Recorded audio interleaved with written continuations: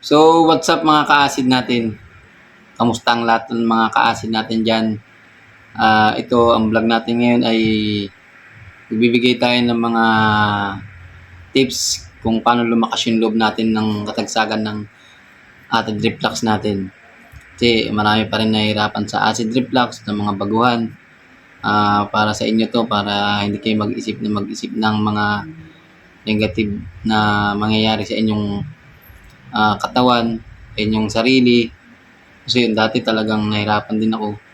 Yung kasagsagan ng acid reflux natin, yung mga nahirapan tayong huminga, masakit yung tiyan natin, masakit yung ulo, masakit yung dibdib, yun nga, masakit lahat, halos lahat, pati sa mata, lumalabo, nahihilo, dami. Tapos yung hindi ka pa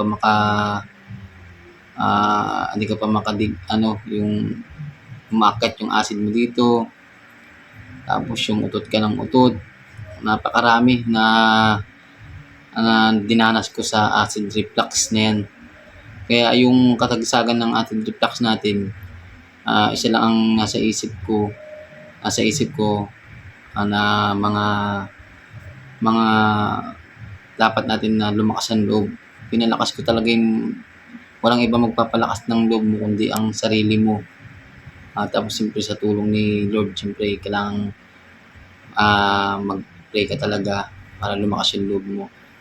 Yung nagpalakas ng loob sa akin, yung mga nakikita ko na tulad nagpapacheck up ako,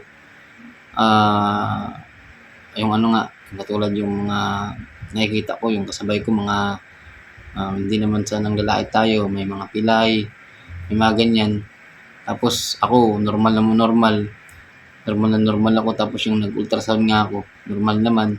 Tapos nakikita ko yung mga pilay, halos sila lahat lumalaban sa buhay, halos gusto pa rin nila mabuhay. Tapos tayo may mga acid reflux, naisip ko, bakit hindi naman tayo operada, ganun. Tapos yung parang gusto mo lang sumuko sa buhay. Inisip ko noon time na yun kasi napunta tayo sa anxiety. Tapos yung may mga isa pa yung may mga naoperahan. Inisip ko yun dati. Kung kayo ngayon naiisip nyo yun, dapat lumaban kayo. Isa yun sa mga na lumakas yung loob ko. Tinitingnan ko yung mga tao na operahan. Umopera sila, siyempre sobrang sakit nun, sobrang hirap nun. Siyempre mas mahirap din naman yung dinanas natin sa acid reflux. Pero doon mo tinitingnan kung gaano kahirap yung mas dinadanas nila para lumaban ka. Para lumabang ka na hindi lang ikaw yung nagagamot, kundi sila rin. Isipin mo mas mabigat yung yung nararamdaman nila. Kasi mga operada sila. Tulad yun, siyempre, inoperahan ka sa bituka, inoperahan ka na sa mga atay, inoperahan ka na lahat. Yan, iniisip ko yun, ganun. At least ako, sabi ko sa sarili ko. Tsaka ikaw nanonood, dapat nasa isip mo na, hindi ka inoperahan, normal ka lahat. Bakit? Kaya nga lang, talagang napakahirap kasi nga, marami ka talagang nararamdaman sa katawan mo na hindi mo maintindihan yan. Hindi rin may papaliwanag kahit sino na hindi nakaranas ng acid reflux. Kumbaga tayo lang din yan na nakaranas ng acid reflux.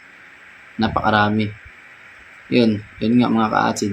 Yung isa yan sa, mga nagpapalakas ng loob sa akin yun dati. Tapos sabi ko, iniisip ko, lilipas din talaga lahat ng bagay. Lilipas din tong nararamdaman ko.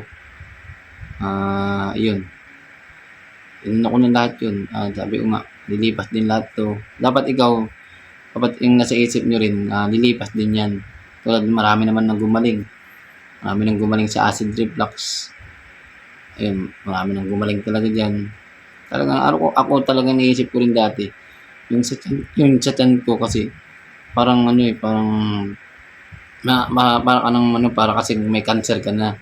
Kasi kung ano-anong yan sa isip mo nga, mapasok sa isip mo na may cancer ka na sa bituka, ganun. Kaya nagpa-endoscopy tayo.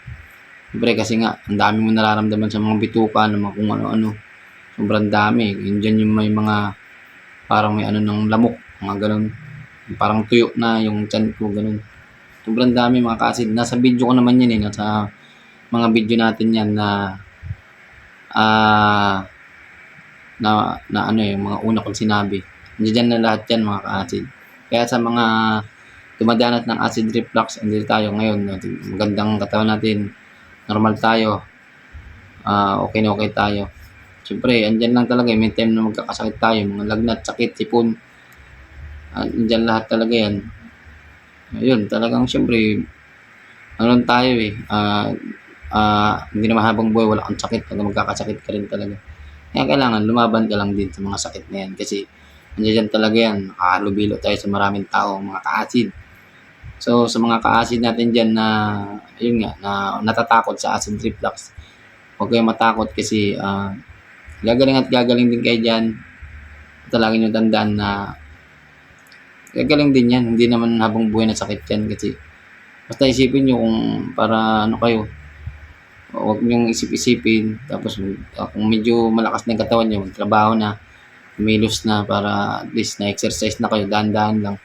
Kasi ganyan ako dati na hindi ako ano, yung kilos, nakatulala na lang ako.